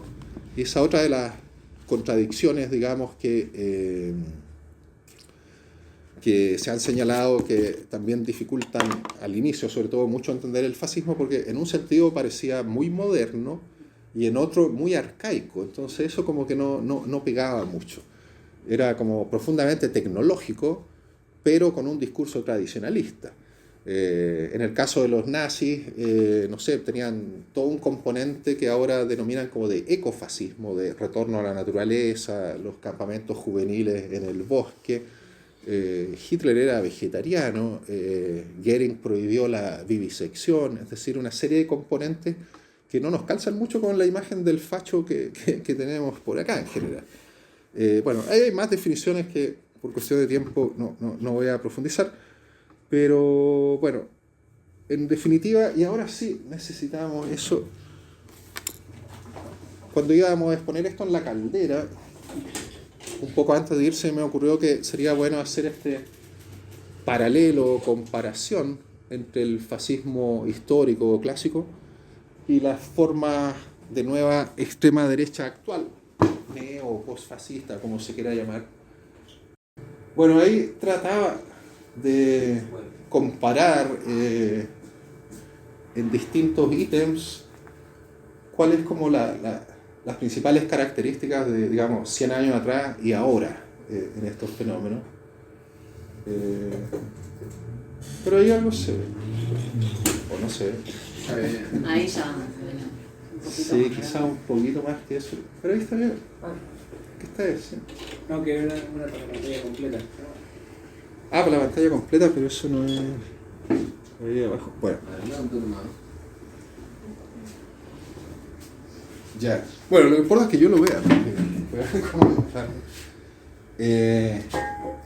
Primero en la cuestión ideológica. Ahí, sí. Sí. Primero la cuestión de la ideología. En lo que ahora se habla explícitamente que existe toda una corriente de los estudios del fascismo. Y durante harto tiempo varios decían, bueno, la ideología del fascismo no hay que tomarla muy en serio porque es demasiado flexible. Lo que importa es como el dispositivo de poder, su forma de organización. Pero con el tiempo se ha ido viendo que sí, que es importante estudiar la ideología del fascismo porque esta nueva extrema derecha en gran medida ha estudiado varias expresiones intelectuales del viejo fascismo que, al contrario de lo que se dice, de que mucha gente ha dicho, no, el fascismo era puro poder, nunca tuvo intelectuales, digamos. Pero la verdad es que ya en esta época que se producen estas fusiones del socialismo nacional o el nacional sindicalismo español, en Alemania sobre todo se produce el movimiento al cual le dedico un capítulo entero que se llama Conservative Revolution. Es decir, luego del fracaso de la revolución espartaquista de Rosa Luxemburgo y los suyos, y ya establecida la República de Weimar, pero teniendo problemas la socialdemocracia y los liberales para controlar el orden, surge una gama de intelectuales bastante amplia que incluye a, no sé, Carl Schmitt, los Junger, varios más, incluso poetas como Stefan Kjörke y otros, que es como un movimiento cultural, intelectual bien difuso, no es nunca una organización, y que plantean la obsolescencia de la distinción derecha-izquierda y que finalmente no hay una contradicción absoluta entre progreso y conservación. Y por eso lo llaman como revolución conservadora, que es como lo contrario de la idea de la revolución como un avance, un progreso histórico. Y todas esas ideas han sido recicladas por la nueva derecha actual. No lo puse ahí, pero hay un capítulo también dedicado a los franceses de la llamada, no sé cómo se pronuncia, pero es como nueva derecha, Nouvelle Droite. La nueva derecha francesa es un movimiento que no por casualidad surge en el 68, es como el 68ismo del otro lado, ¿sí? Y los tipos se dan cuenta, su primer artífice, Dominique Benner, un tipo que había sido paracaidista del ejército y que se une a un grupo paramilitar, la organización del ejército secreto, la OAS, que combatía a los independentistas argelinos con terrorismo, y que termina preso, como el 62, 64, no me acuerdo bien. Bueno, y Dominique Benner, que es un fascista francés puro, tiene un libro sobre, no sé, sobre todas las tropas de asalto de los nazis, cosas así, pero él en la cárcel se pone a estudiar a Lenin y a Gramsci y aprende mucho de eso, organizativamente de Lenin y de Gramsci la idea de hegemonía, contrahegemonía y algo que hablan mucho todos estos neoderechistas ahora, incluso acá, que es la batalla cultural. Y ellos dicen, bueno, hay algo que no hemos abordado bien y que es la necesidad de dar una batalla cultural contra la izquierda. Dice, y la mejor forma de abordarla es estudiar a la izquierda en sus teóricos. Y yo creo que eso que en su momento quizás no se notaba tanto el efecto que tenía, después, digamos, la nueva derecha francesa se organiza en un grupo que se llama el GRECE, que sería como grupo de investigaciones por la cultura europea. Y ahí su principal gurú es Alain de Benoist, un tipo que es tan ecléctico en su pensamiento que él ha dicho, dice, mis principales influencias son Rousseau, Proudhon, la Revolución Conservadora y la Internacional Situacionista. Para nosotros siempre fue un grupo revolucionario, digamos, en fin. Y él como que dice que de todo eso ha aprendido mucho y bueno, y es el principal intelectual de la nueva derecha hasta el día de hoy. Escribe una cantidad de libros impresionantes y el tipo ha suministrado elementos que, por ejemplo, yo diría, su principal aporte para los fachos es, dice, tenemos que superar, no podemos volver a presentarnos en sociedad con un discurso racista biológico, dice, eso no nos va a tener siempre, digamos, aislados, dice, entonces inventa como un racismo cultural, que lo llama etnodiferencialismo, y dice, mira, mientras el liberalismo y la democracia occidental quiere proclamar los mismos derechos para todos, dice, lo que en el fondo está haciendo es uniformizar. Entonces dice, mantiene un discurso anticapitalista. Él dice, lo que el capitalismo liberal hace es pretender suprimir las diferencias.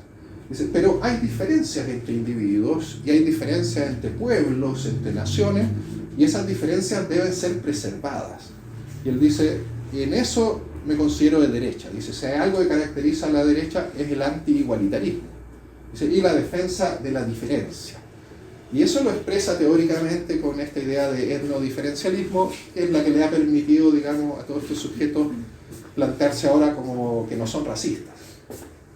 Sino, al contrario, dicen, no, si nosotros estamos a favor de los pueblos del tercer mundo y por lo mismo queremos que no migren hacia acá, sino que solucionen sus problemas allá y que las culturas puedan mantener, digamos, un respeto de sus diferencias.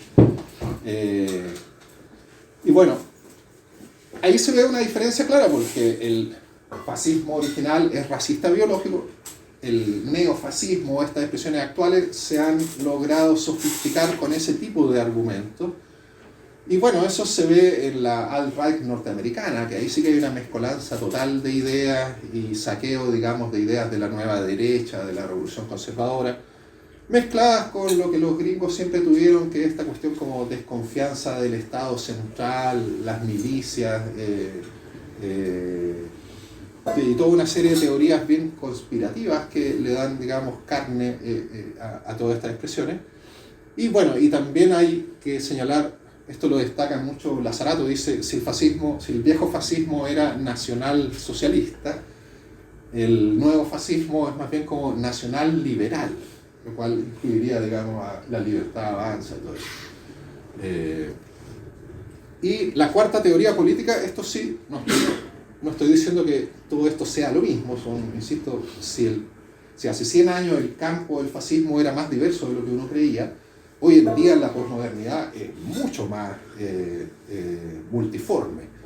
Pero la cuarta teoría política, no sé si han oído hablar de eso, es el invento del ruso Dugin.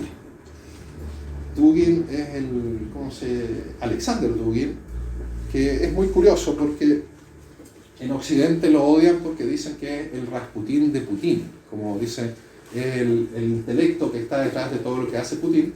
La verdad es que no es tan así, aunque igual es una figura importante en su país, tiene unos manuales de geopolítica que se ocupan, digamos, oficialmente en la academia del ejército ruso. El tipo defiende el imperio ruso y, bueno, tiene una biografía bien curiosa, me refiero ahí en parte a él, porque en la Unión Soviética, en los 80, el tipo era antisoviético y era abiertamente fascista y neonazi. Limonov, que es bien conocido porque era un escritor bien extraño y bohemio, pero Limonov junto con Dugin formaron una organización que se llamaba el Partido Nacional Bolchevique, más conocido como NAS, con Z, de nazi, Nazbols, una mezcla nazi-bolchevique, que ocupaban de hecho una especie de hoz y martillo, pero que más parecía con la decoración de una suástica. Y esos tipos reivindicaban todo, así, derecha, izquierda, en fin. reivindicaban el punk, era una amalgama absoluta, como un fascismo contracultural ruso, imagínense. Pero de ahí se pelearon porque Limonov seguía como el aspecto más artístico, súper loco, como le llamamos en Chile, y Dugin en cambio era más académico y serio y siempre apoyó a Putin. El otro no, era como, de hecho Putin lo encarceló un tiempo.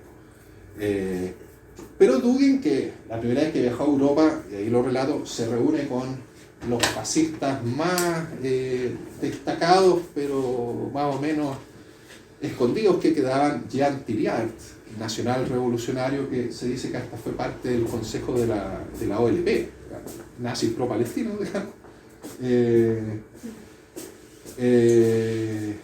León de Grel, un belga que fundó una variedad de fascismo allá que se llamaba Rexismo, por Cristo Rey, Christus Rex, eso le llamaban Rexismo, pero que era amigo de Hitler y después estaba escondido en la España de Franco. Y así una serie de joyas, y Dugin fue y habló con todos ellos, se preocupó, digamos, de hacer esa visita.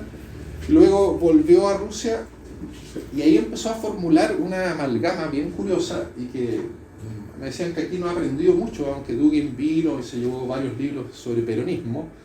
Ese tipo de fascistas... Ah, sí.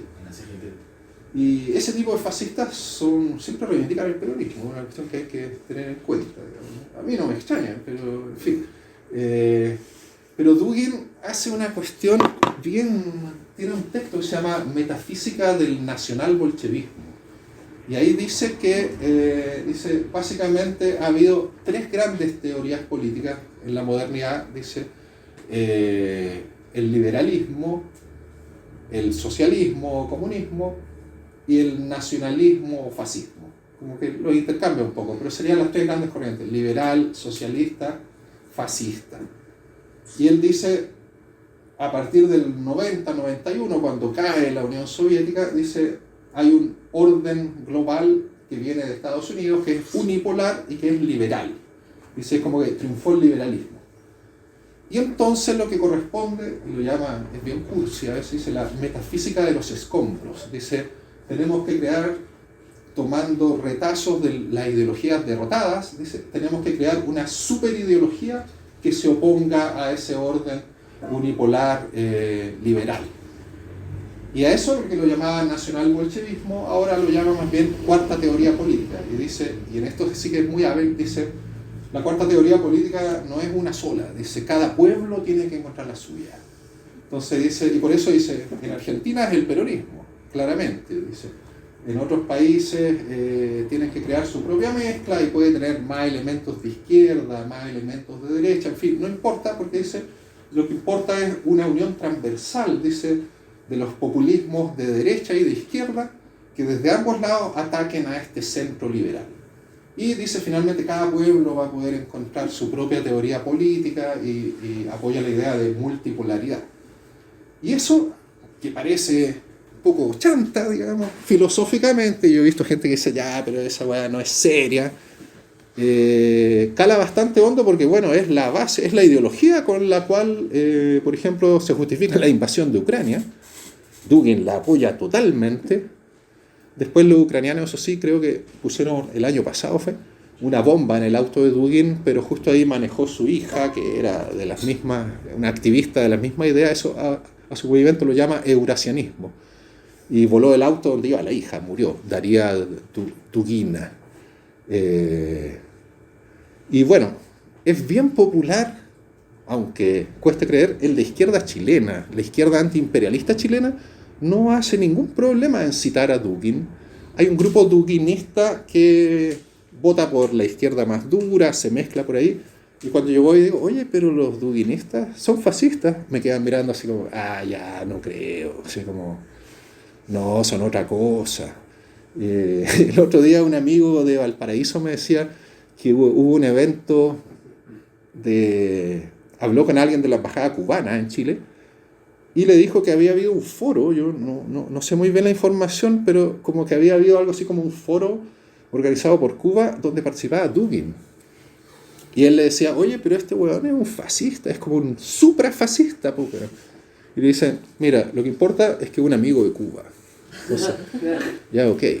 Pero bueno, eso a nivel ideológico yo creo que hay que estar alerta porque es un tipo de confusionismo que está hecho para que gente de izquierda compre, muerda el anzuelo y como mucha gente de izquierda es más que anticapitalista, antigringa, son como víctimas fáciles de este tipo de amalgama ideológica. Bueno, en cuanto al programa, y esto es discutible por lo que decía Stengel, pero claro, uno tiene la idea de que el fascismo es como estatista, es un poco socialista. En la práctica no lo fue tanto porque tanto Hitler como Mussolini pactaron con las oligarquías locales para antes de acceder al poder y finalmente ni las rasguñaron. Pero por lo menos en el discurso parecía como que estaban por una intervención desde el Estado, en fin. Hoy en día no mucho, quizás alguna forma de cuarta teoría política, pero el grueso de los nuevos ultras de derecha tiene un discurso más bien neoliberal, aunque ahí hay un matiz interesante que señalar.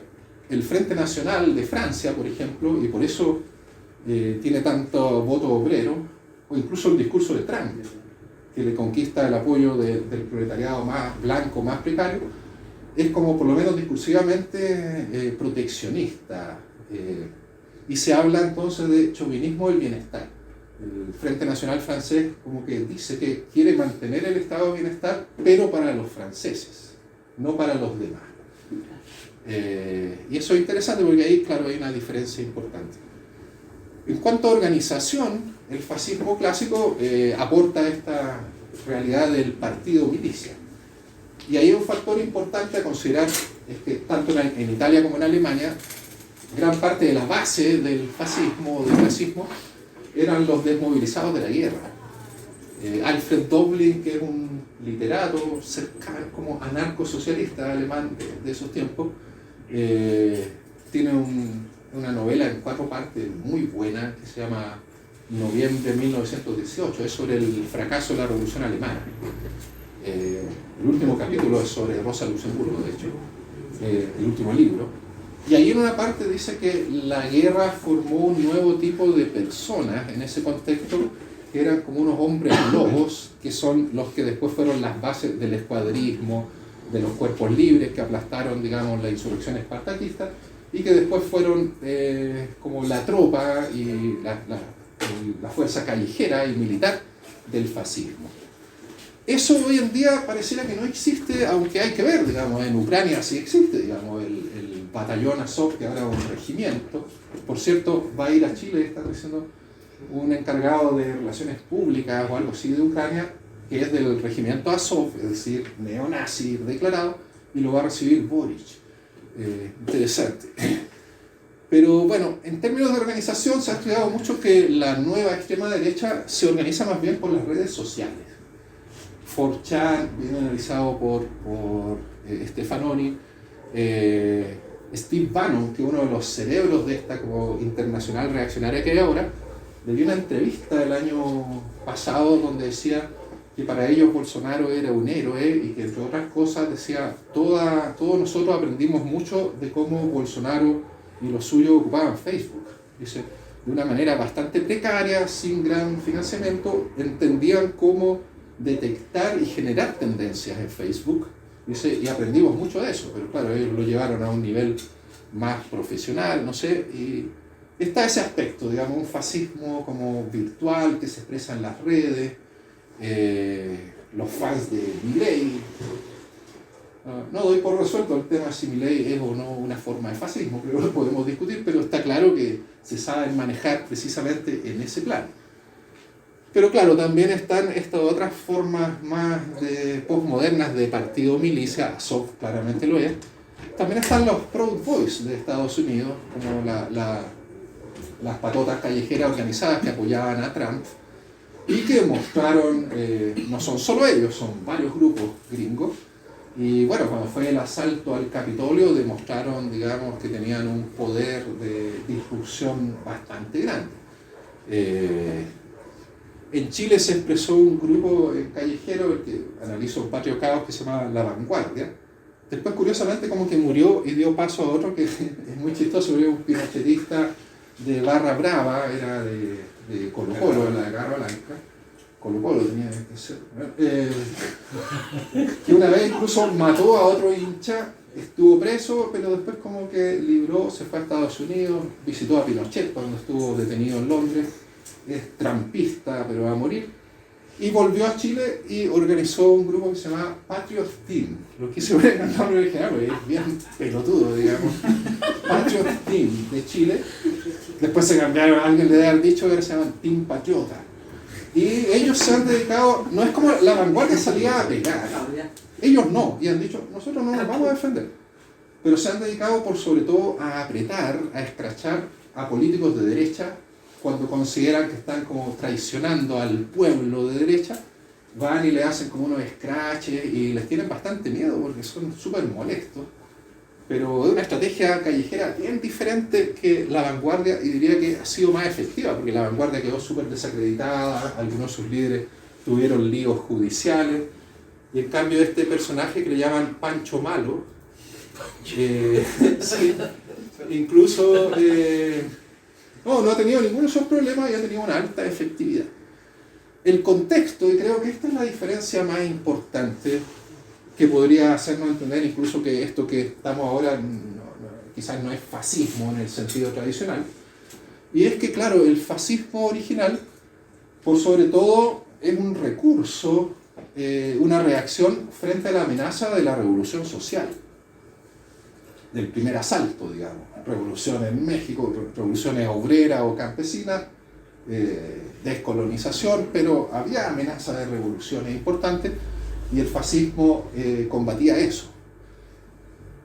Hoy en día, esto es lo más penoso, digamos, de analizar, estamos en una época en que ya no es como en los 90 o a inicios del 2000 que no había grandes revueltas, que hubo ahí las protestas contra la globalización y se acabaron cuando fue el atentado a las Torres Gemelas. Pero después, y tal como decían los del Comité Invisible, la insurrección que viene, digamos, llegaron insurrecciones y estamos en una época de revuelta global importante. De hecho, este otro libro, nada que ver, lo estoy promocionando aquí, pero en la presentación una parte hablaba de que hice un recuento y me quedé corto, pero claro, como que entre el puro 2019 hubo insurrecciones o revueltas callejeras importantes en Chile, en Colombia, en Hong Kong, Irak, Ecuador, en Estados Unidos, después se dio la cuestión de George Floyd, que fue impresionante, en Kazajistán, en el Líbano, en Argelia, en Cataluña, es decir, estamos en una época donde se producen las revueltas en muchos países, pero ni siquiera está en el imaginario de la gente que eso pueda desencadenar una revolución, digamos. Nosotros creemos en eso, digamos. Somos pocos, pero siempre hemos creído en eso, además. Pero claro, estamos en una situación en que, insisto, no es como en los 90 en que no pasaba nada, casi. Ahora ocurre, pero el mismo Comité Invisible, después, evaluando, digamos, los últimos años, en un texto decía, las insurrecciones finalmente llegaron, pero se estrangulan en la fase del motín. Es decir, como que algunos han dicho, Villalobos, Ruminot dice, no hay una dicotomía tan grande entre revuelta y revolución. Lo que pasa es que llamamos revoluciones a las que logran crear un nuevo orden social o político. ¿Sí? Pero eso es el aspecto positivo de lo que en negativo es la revuelta, digamos. Pero claro, tenemos revueltas que la de Chile yo creo que en su negatividad es una de las más impresionantes que ha habido, pero no logró plasmarse ni siquiera en esa reforma constitucional hacia la cual la intentaron canalizar. Entonces, claro, estamos en una época de revueltas sin revolución y donde tengo hartos amigos que están preocupados que por la crisis de seguridad, la crisis migratoria y una serie de otros factores, dicen, entremos en una fase de estallidos sociales, pero de derecha, o estallidos reaccionarios. Yo no me lo imagino, o sea, no sé si creo eso, pero me lo puedo imaginar. Una revuelta reaccionaria, es posible, no sé. Pero el tema es que, claro, hay revueltas y no hay revolución. Y entonces el fascismo actual pareciera que ya no tiene que evitar la revolución socialista, no pareciera estar en el horizonte, pero sí parece ser un mecanismo útil para que estas revueltas, cuando quedan en nada, los que capitalizan la decadencia en que ahí quedamos son ellos. En Chile ahora, por ejemplo, la izquierda Boris está peleando con un perro muerto. Aquí escuchan al perro muerto, Boris pelea con el suyo. Es raro el paralelo, alguien debería tratarlo. Porque es raro, es exótico. ¿Sí? El perro muerto. Pero, El problema del perro muerto. además que en Chile le decimos perro muerto a irse de un lugar sin pagar. Esa otra connotación. ¿Sí? Pero bueno, esa diferencia es importante y uno podría entender que la función de estos nuevos fascismos sería distinta que la de los viejos fascismos. No tienen que evitar revoluciones, sino más bien logran canalizar, digamos, esa energía que no logra concretarse en algo y la llevan, digamos, para su propio molino, convirtiéndola en una forma como de, no sé si todavía se ha vivido el estallido reaccionario, aunque bueno, la insurrección en el Capitolio, lo que hicieron los bolsonaristas para que no asumiera Lula, demuestra la posibilidad de que un pueblo de derecha, un pueblo reaccionario también salga a hacer su propia forma de insurrección en la calle, que es algo que en ese sentido sí es bien fascistoide, por lo menos. Las formas. El fascismo originario, insisto, siempre imita el discurso o la estética revolucionaria proletaria. Y eso genera cosas como, no sé, entre el realismo socialista, el estalinismo y el arte fascista, a veces es difícil distinguir. La heroicidad, los obreros con los tremendos músculos, las mujeres siempre en segundo plano, en fin, como que la estética, en ese sentido, del fascismo y la del estalinismo es parecida. Y el fascismo imita, digamos, o tiene que tener ese componente para poder operar encuadrando a la clase obrera y al bajo pueblo, tiene que tener algo así como un antielitismo que parezca una forma de anticapitalismo. Falsa, pseudo anticapitalismo, socialismo de los imbéciles, como lo llamaban algunos, pero existe ese elemento. Y ese ahora, yo diría que casi no existe. Más bien el discurso es reaccionario, fuertemente anticomunista, anticolectivista en general, antifeminista. Todos los avances del feminismo y de las disidencias, o lo que antes se llamaba el movimiento de liberación homosexual, que mutó a otra versión que es más neoliberal, creo yo, hoy en día, pero reacciona fuertemente en contra de eso. Pero sí tienen que mantener algo así como un discurso antipopulista, o sea, un discurso populista antielitista. Y en eso hay algunas diferencias, porque en Chile, por ejemplo, Kast no le resulta mucho eso, porque es tan evidente que viene de la élite que no creo que ni se atreve a jugar mucho con ese elemento populista, y su populismo es más bien la crisis de seguridad. Pero Milei se ha destacado por eso, es decir, contra la casta. El otro día lo escuchaba en la tele y decía, bueno, por las marchas que han habido, decía, no, hay gente que quiere defender el status quo porque están en contra de las ideas de la libertad. Insiste con eso y pareciera estar combatiendo algo así como una élite anterior. Muy contradictorio por razones que no voy a profundizar, pero sin ese elemento en su discurso yo creo que no le funciona mucho lo que está haciendo, o no tiene el apoyo que todavía se capta hacia su figura, hacia su programa. Aquí hay una diferencia, una transformación importante, y es que si el enemigo del fascismo tradicional era, no todas las variedades, porque hubo variedades de fascismo que no necesariamente eran tan racistas como la más extrema, que es el nazismo alemán, pero claro, practica un antisemitismo contra los judíos, y eso le permite hacer la conexión con ser discursivamente anticapitalista, porque, claro, le atribuye el capitalismo a los judíos.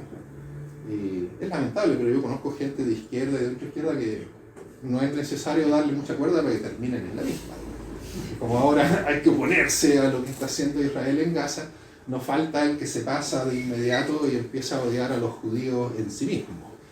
Pero bueno, eso ha cambiado, y ahora diría que la mayoría de los movimientos que podríamos catalogar como nuevo fascismo son más pro-Israel y anti-Palestina.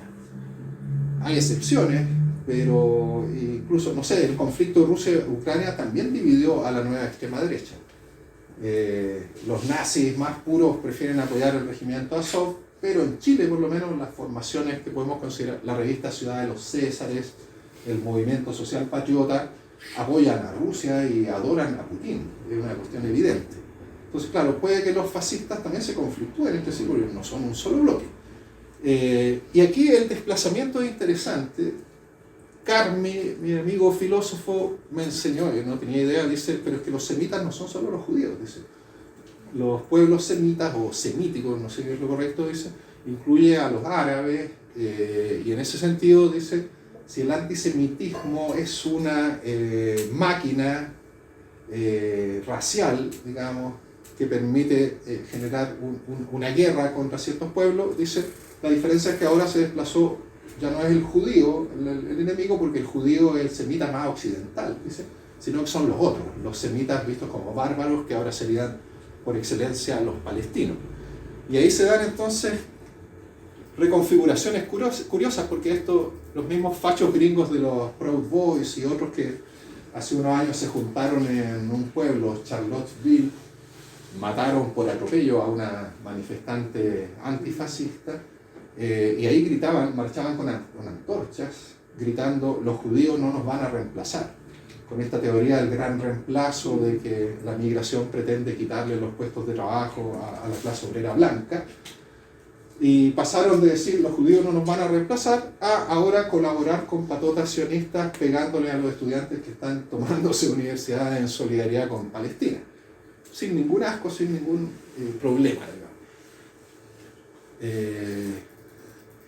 Este título me dio un poco de risa porque las otras categorías las podía titular, pero decía, ¿cómo titulo el 7? Finalmente le puse política sexual. No sé, estoy muy convencido, pero suena bien. El fascismo originario, salvo la curiosa excepción de nazis homosexuales en la SA, desde su jefe a varios abajo, es abiertamente homofóbico en general. Su tradicionalismo implica defender los roles tradicionales, patriarcales, digamos, y es misógino. Pero, y quizás este es uno de los desplazamientos más interesantes, muchos de estos fachos siguen siendo igual de homofóbicos y misóginos, pero algunas formaciones, sobre todo la ultraderecha europea, electoral, ha sido muy hábil en incorporar un discurso, como dicen, gay-friendly, es decir, y feminacionalista. Hay un libro de una inglesa, no recuerdo el nombre, pero está ahí usado en la bibliografía, que se llama sobre precisamente el feminacionalismo. Y ocupa además un concepto muy interesante, dice las femócratas. Son las feministas de academia insertas en el Estado, diría, la mayoría de las que conozco en Chile, pero no todas. Y bueno, lo interesante es que el Frente Nacional, Alternativa por Alemania y distintas formaciones que originariamente son neofascistas o postfascistas, ocupan para justificar el anti-islamismo y la posición anti-migratoria, dicen que van a defender los derechos de las minorías, de las mujeres, pero de los nacionales. Dice, bueno, en Francia una pareja gay puede pasear tranquilo de la mano en Francia, mientras no lleguen muchos árabes que, como los islamistas son machistas y homofóbicos, van a atentar en contra de ellos. Entonces la forma de defenderlos de ellos es votar el Frente Nacional. Y ahí pongo varios ejemplos de que, no sé, dirigentes de las juventudes de muchos de estos partidos de ultraderecha son gays o lesbianas que asumen ese discurso, digamos. Eso es un poco chocante para los progres que piensan que por el solo hecho de ser, digamos, de la diversidad sexual, las personas van a tener una posición más bien progre, incluso antipatriarcal, anticapitalista, y la verdad es que eso no es así para nada, y ahí se expresa. Y a nivel de, ya cerrando los niveles, esto se ha teorizado harto por, no sé, Deleuze, Guattari, Foucault y otros que no son precisamente los que están más altos en nuestro panteón, pero igual se estudian, se leen y apuntan a algo interesante. Pasolini, curiosamente, lo dice muy bien en los escritos corsarios, que son varias cartas y entrevistas de poco antes que muriera, primera mitad de los 70 hasta el 75 creo, y ahí él apunta a esta misma idea. Dice: el viejo fascismo es un fascismo que se impone de arriba a abajo y al cual en gran medida es posible resistir.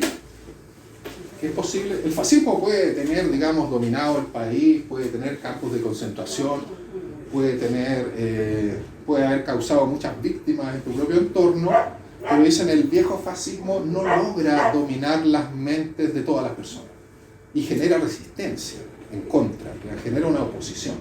O sea, en cambio, dice, después del 68 surge un nuevo tipo de fascismo. Pasolini es bien explícito, dice que finalmente es mucho más totalitario que el anterior, porque no es molar, no es de arriba a abajo, es como horizontal. Está, digamos, en las interacciones sociales, en los distintos flujos. Es dice la proliferación de los microfascismos. Y eso que, bueno, en parte a mí lo que me hace alejarme de esa posición es que es bastante fácil caer en eso de que todo es fascismo y todos somos un poco fascistas y mata al fascista interior, en fin.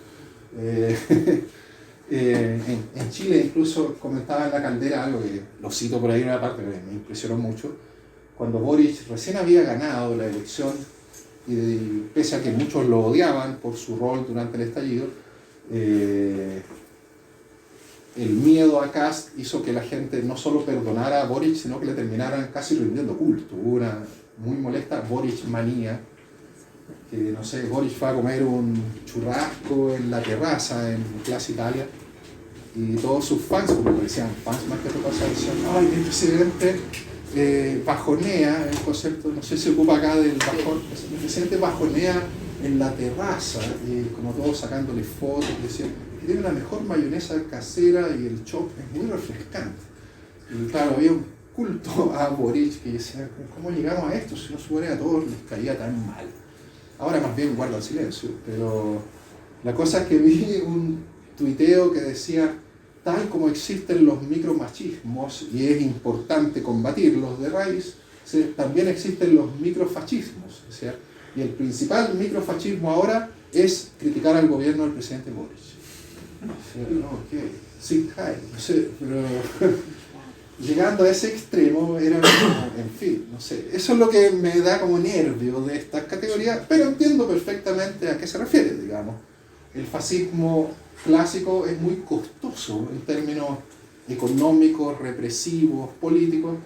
En cambio ahora más bien pareciera que es mejor instalar como una especie de fascismo de todos contra todos, que se expande, digamos, de otra manera por la sociedad. Y eso tiene que ver también con los que teorizan sobre el neoliberalismo como una mutación del fascismo. Y por último, bueno, los líderes. Gentile se ríe un poco de eso porque dice, bueno, los líderes tradicionales, lo tengo medio separado porque creo que hay que discutirlo aparte, pero dice Mussolini, Hitler y los miembros del partido milicia, eran sujetos que habían luchado, que habían participado en guerras, en varios conflictos directos. Eran estos hombres lobos que dice Doblin. En cambio, estos payasos oportunistas son demagogos que no han luchado por nada que no sea, digamos, su propio ego. Y que, claro, dice, en ese sentido, dice Gentile, en, ¿cómo se llama el libro? ¿Quién es fascista? Algo así. Dice, no sé quién sale perdiendo en esta comparación, digamos.